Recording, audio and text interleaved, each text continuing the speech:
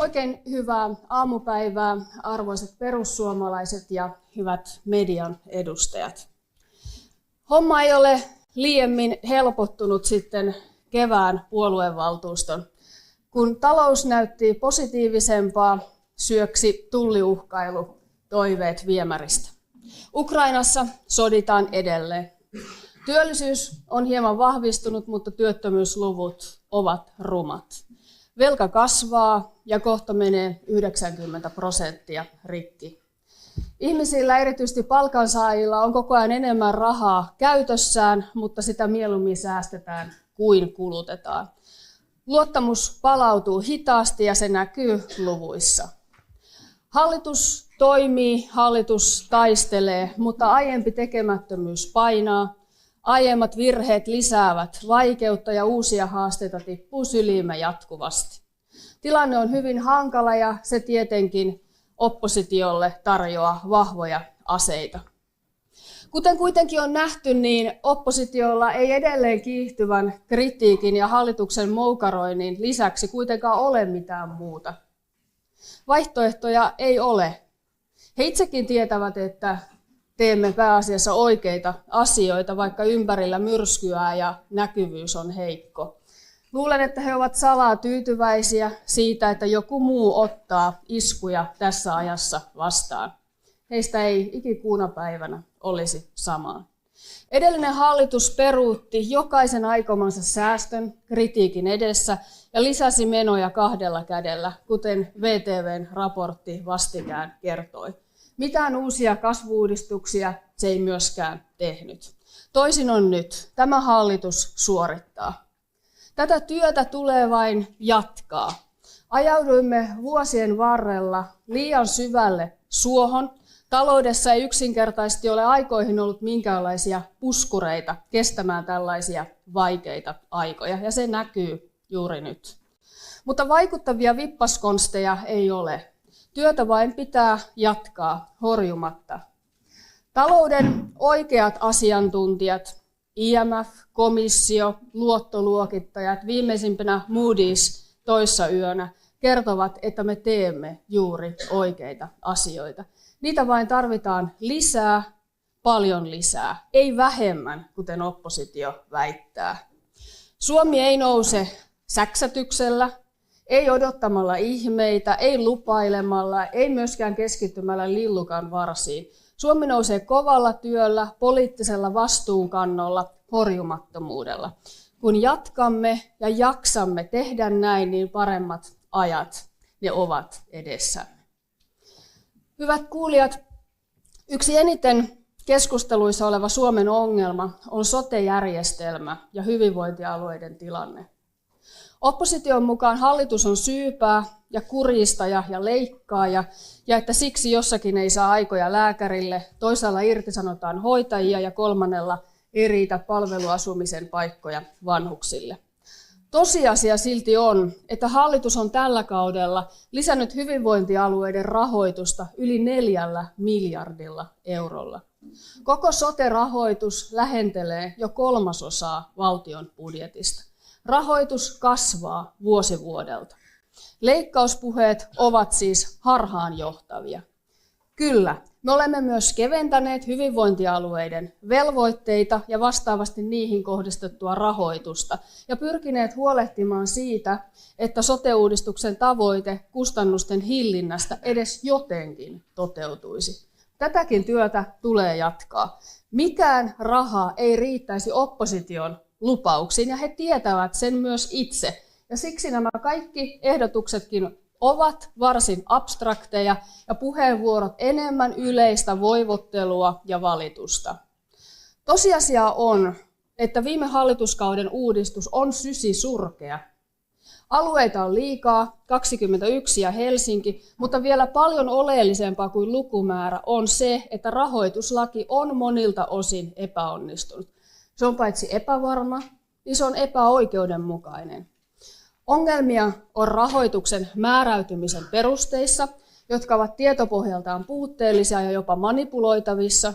Ongelmia on siirtymätasauksessa, ongelmia on jälkikäteistarkistuksessa ja yksinkertaisesti siinä, että alueet jotka eivät tarvitse lisää rahaa, sitä kuitenkin saavat, kun taas alueet, joissa väestö vanhenee ja palvelutarve on suurta, eivät saa sitä riittävästi. En tiedä millaisen keikauksen opposition anttien päässä on pitänyt tapahtua, kun he ovat nyt sitä mieltä, että tämä heidän suuresti ylistämänsä uudistuksen käytäntö onkin tämän hallituksen vika. SDP ja keskusta, he rakensivat tämän mallin omia poliittisia intressejään ja ideologioitaan palvelemaan. Se ei toimi eikä mikään raha riitä. Poliittista häikäilemättömyyttä mielestäni tässä tilanteessa alleviivaa oppositiosta välitetty viesti: Orpon-Purran hallituksen syy. Tämä kritiikki on helppoa ja se on ilmaista, mutta tähän päivään mennessä en ole kuullut yhtään konkreettista ja toteuttamiskelpoista ratkaisua opposition suunnalta. Jos tämä on lisärahalla korjattavissa, kuten he vihjaavat, miksei rahaa sitten lisätty vaihtoehtobudjeteissa, joita juuri eduskunnassa on käsitelty? Hallitus sen sijaan oikeasti korjaa soten ongelmia usealla toimenpiteellä.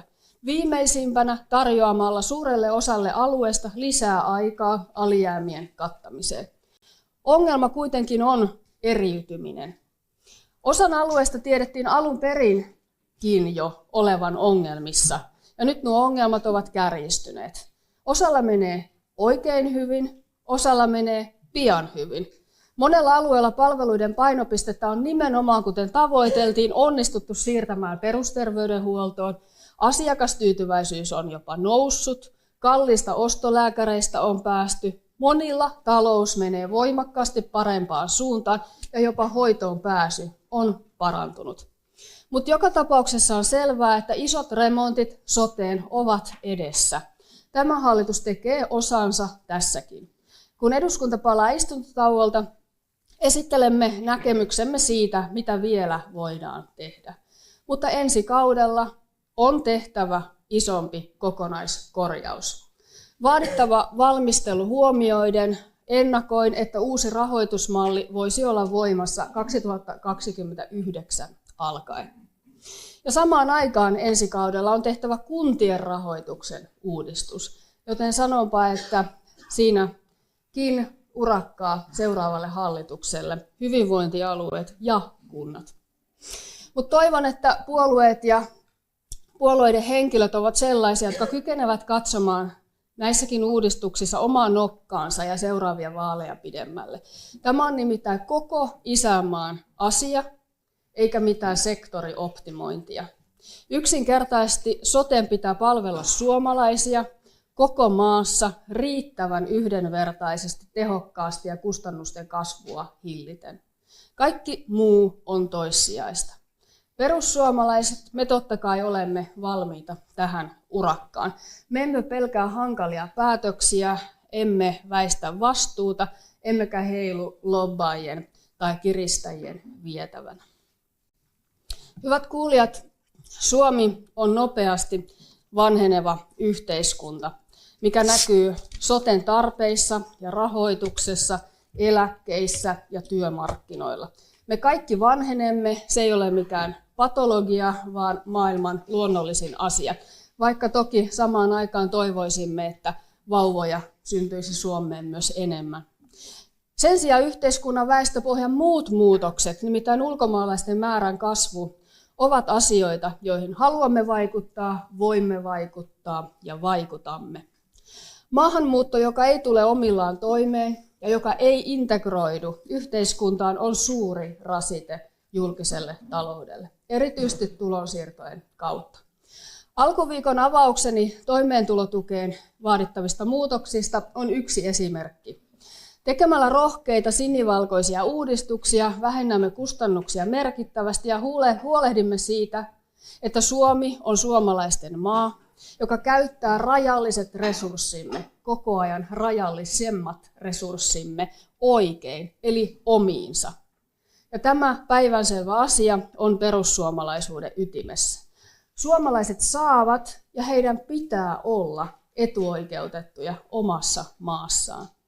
Luulen, että kaikille muille puolueille tuo edellinen virke lähentelee vihapuhetta, mutta meille perussuomalaisille se on huoneen taulu. Suomalaiset saavat ja heidän pitää olla etuoikeutettuja omassa maassaan. Ikääntyminen, kasvavat sote-menot, valtavasti kasvavat puolustusmenot ja tämä velkataso, ne muodostavat meille aivan riittävän haasteen. Yhdistettynä kehitysmaaperäiseen maahanmuuttoon tilanne on katastrofi kaikissa Euroopan maissa. Hyvät kuulijat, ehkä hulluin Marinin hallituksen maahanmuuttouudistus oli täysin laput silmillä tehty opiskelijamaahanmuuton ja perheenyhdistämisen vapautus. Se aikaansai suoranaisen vyöryn suomalaisiin oppilaitoksiin ympäri maan, suoraan kehittyvistä maista ja erilaista hämärää liiketoimintaa, agentteja ja jopa ihmiskauppiaita tätä toimintaa edesauttamaan. Eikä siinä kaikki, se aikaansai valtavan perheenyhdistämisen. Kun yksi mies tulee opiskelemaan maakunnan ammattikorkeakoulun englanninkieliselle linjalle, mukana tulee perhe, joka on päivästä yksi oikeutettu käytännössä kaikkeen sosiaaliturvaan ja palveluihin. Osa näistä ihmisistä on houkuteltu maahan liioitelluin lupauksin työmarkkinoista ja maailman onnellisimman maan tarjoamista mahdollisuuksista. Nyt heitä jonottaa kaupunkien leipäjonoissa. Me vastustimme vimmatusti tätä uudistusta oppositiossa. Me varoitimme, mitä tulee tapahtumaan. Kaikki löytyy mustaa valkoisella hallintovaliokunnan vastalauseesta. Ja juuri niin tapahtui. Kyseessä on järjetön maahanmuuton kanava ja tälläkin hetkellä se kaikkein suurin kanava. Hallitus neuvottelee juuri paraikaa toimenpiteistä, joita olemme vaatineet koko ajan. Ja toivon, että mahdollisimman pian saamme kertoa yksityiskohtaista lainsäädäntömuutoksista, joilla tätä hillittömyyttä padotaan. Koulutusjärjestelmämme, sosiaaliturvamme, yhteiskuntamme avoimuus, sitä ei ole tarkoitettu tällaiseen. Vika ei ole, haluan korostaa näiden ihmisten. Vika on yksinomaan tällaisia päätöksiä tekevien poliitikkojen. Kukahan heiltä kysyisi vastuunkannon perään? Marinilta, Saarikolta, Ohisalolta ja kumppaneilta. Tietenkin joku lapsenmielinen voisi ihmetellä tässäkin tapauksessa, miksi kukaan edes keksii mitään tällaista uudistusta. Vastaus on sama kuin niin usein muulloinkin maahanmuuton kohdalla. Liian moni tässä yhteiskunnassa hyötyy maahanmuutosta, huono-osaisista ihmisistä, uusista tulijoista, taloudellisesti tai muuten, ja siksi tällaista keksitään. Ja maksaja on aina tavallinen veronmaksaja, tavallinen kansalainen, aina.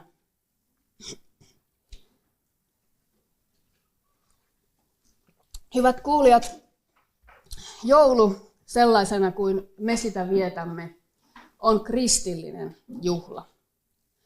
Maallistuneessa muodossaan joulu on kuusia, tonttuja, torttuja, lahjoja, lauluja, tuoksuja ja tunnelmaa. Vähän Suomessa, mutta erityisen paljon tuolla keskisessä Euroopassa joulu on perinteisesti myös joulutoreja ja joulumarkkinoita.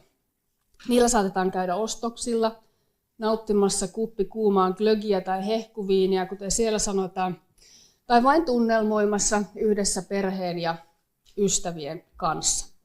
Lapset voivat käydä karusellissa ja jostakin nurkan takaa voi vastaan kävellä jopa suomalainen joulupukki. Olen itsekin muutaman kerran saanut vierailla näillä keski-eurooppalaisilla joulutoreilla ja ne ovat hieno kokemus. Tietenkin Senaatin torillakin on meidän omamme, mutta se on huomattavasti pienempi ja yksinkertaisempi. Monissa eurooppalaisissa maissa massamaahanmuutto on ylittänyt kaikki hyväksyttävät rajansa.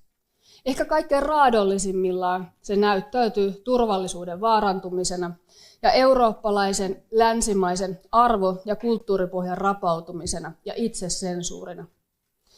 Jokainen teistä ehkä kantaa omaa muistikuvaansa niistä lehtikuvista ja somevideoista, kun Allahu Akbar on taas kaikunut joulutorilla tai jossakin muualla, ja viattomat joulusta nauttimaan tulleet ihmiset, äidit, isät, lapset, isovanhemmat, ovat kuolleet tai loukkaantuneet kaahaavan auton alle, puukon iskuun tai muulla tavoin.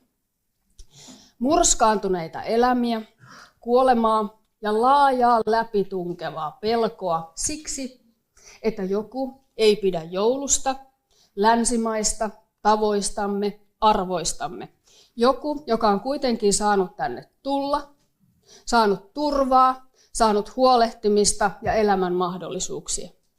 On vaikea keksiä mitään enemmän epäoikeudenmukaista, enemmän raivostuttavaa. Tänä vuonna useat eurooppalaiset joulumarkkinat on päätetty kokonaan jättää avaamatta, esimerkiksi koska turvallisuuskustannukset ovat liian suuret. On todettu, että ei kannata, jätetään järjestämättä. Pelko voitti. Poliisit eivät riitä, rahat eivät riitä, ei joulua tänä vuonna. Jossain toisaalla betoniporsaat ja lukuisat aseistetut, raskaasti aseistetut poliisit muistuttavat pysymään valppaina. Muistuttavat, että hyvät eurooppalaiset, pelko on läsnä. Muistuttavat, että tätä on nykyaika. Ja tätä, hyvät kuulijat, tätä on se Eurooppa, jonka viime vuosikymmenten eurooppalaiset päättäjät ovat rakentaneet. He ovat sallineet tämän, he eivät ole piitanneet. Ja siksi nyt jää ehkä joulumarkkina väliin. Ei viitsitä ärsyttää heitä, he eivät vietä joulua, ei saa toivottaa, ei saa puhua ainakaan Jeesuksen syntymästä. Jätetään laulu laulamatta, season's greetings and happy holidays, ja jatketaan hymistelyä. Suomessakin on jo oireensa. Sensuroimme, nöyristelemme ja kumartelemme. Joulua siivotaan pois päiväkodeista ja alakouluista. Jopa kauneimpia joululauluja siivotaan. Siis niitä kristityn kirkon nimenomaan järjestämiä kauneimpia joululauluja. Esimerkiksi luin lehdestä, jotta maahanmuuttajat kokisivat ne läheisimmiksi. Millainen maa sensuroi ja nykykielellä känselöi itseään? Omaa historiaansa, omaa perintöänsä. Heikko maa. Itsetunnoton kulttuuri, sellainen, joka ei arvosta saavutuksiaan. Heikot kulttuurit ja sivilisaatiot tulevat juuri vahvempien jyräämiksi. Jostakin tulee isompi, voimakkaampi, aggressiivisempi, vaativampi. Sen sijaan, että toinen taistelisi ja puolustaisi omaansa, se eurooppalaisessa tapauksessa täysin perversillä tavalla alkaa muuttaa itseään tulijoiden kaltaiseksi. No hyvät kuulijat, onneksi on myös perussuomalaiset.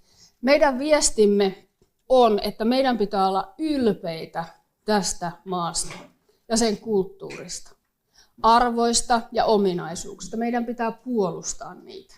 Teemme myös kaikkemme, että meillä säilyy hyvä ja arvokas ja että me vietämme joulua kaikkina tulevinakin vuosina ja vuosikymmeninä. Hyvät kuulijat, talous, turvallisuus, kulttuuri, oma Suomen maamme, mutta myös rakas oma suomen kielemme. Sitäkin uhataan, haastetaan, riepotellaan ja rääkätään monesta suunnasta. Me haluamme vaalia ja puolustaa sitä. On tärkeää, että maassa asuvat ulkomaalaiset voivat opiskella kieltämme ja integroitua yhteiskuntaan.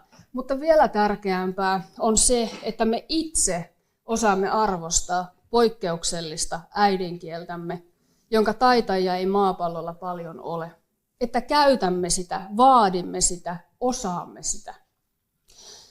Tänään käynnistyvässä Suomeksi kiitos-kampanjassamme haluamme kiinnittää huomiota suomen kieleen ympärillämme. Me haluamme pääkaupunkiseudulla ja koko Suomessa ravintoloita, kahviloita, muita palveluita, joissa palvellaan myös suomeksi. Haluamme nähdä, haluamme kuulla äidinkieltämme. Haluamme suomen kieltä yliopistoihin, tutkimuksiin, kirjoihin ja mainoksiin.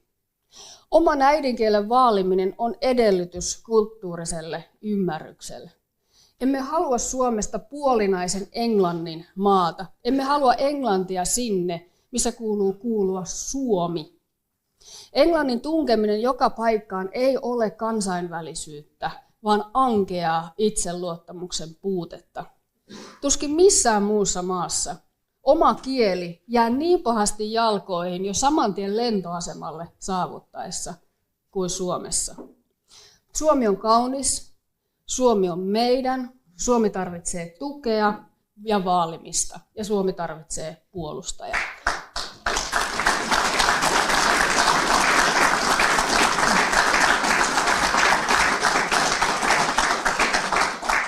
Ja aivan tuota pikaa lehdistötilaisuudessa kerromme varapuheenjohtaja Teemu Keskisarjan kanssa tästä asiasta lisää. Hyvät perussuomalaiset, vuosi on ollut pitkä, sen loppu pimeä ja tuulinen ja märkä. Joulu kuitenkin saa joka vuosi ja nyt se on täällä tuota pikaa. Haluan toivottaa teille ja läheisillenne mitä rentouttavinta ja ihaninta joulua, miten ikinä sitä sitten vietättekään. Kiitos ensinnäkin tästä vuodesta teille kaikille työstänne, osallistumisestanne ja tuestanne. Ensi vuodesta tuskin tulee sen helpompi, mutta onneksi tiedän, että teitä ei pelota.